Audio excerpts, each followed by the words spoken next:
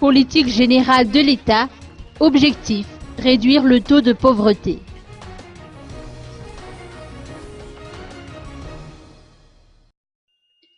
Réduire le taux de pauvreté de 52,7% en 2012 à 40% d'ici 2019, tel est l'objectif de la politique générale de l'État envers les populations vulnérables.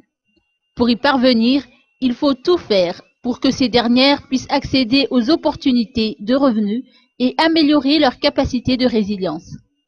Pour que les institutions publiques, la société civile et les médias puissent exercer leur rôle, il faut augmenter le pourcentage de dépenses publiques sous la responsabilité des entités territoriales décentralisées. Une hausse envisagée de 5% en 2010 à 15% d'ici 2019. L'atelier de validation du plan cadre des Nations Unies pour l'aide au développement a permis de sortir ces deux résultats majeurs.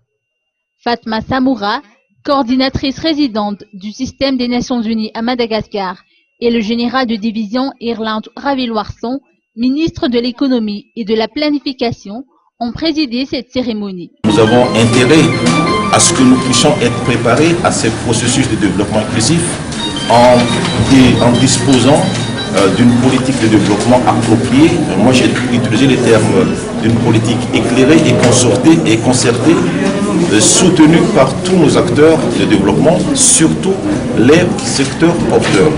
Nous avons également intérêt à développer une gouvernance publique saine, une bonne gouvernance publique pour soutenir ce processus de développement.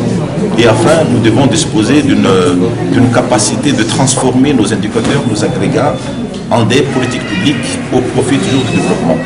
Nous allons donc, à travers ce programme, essayer également de réajuster notre rôle de ministère de l'économie. Nous voulons être plus un appui au niveau de la coordination pour pouvoir donc disposer d'un cadre d'ancrage pour nos partenaires techniques et financiers. Nous voulons également jouer pleinement notre rôle de planification en disposant à terme d'un plan national de développement et surtout, comme je l'ai dit tout à l'heure, rendre donc ce secteur de l'économie plus accessible en essayant de faciliter, de jouer le rôle de facilitateur afin de mieux formuler des politiques publiques à travers les chiffres que nous publions nous-mêmes à notre niveau.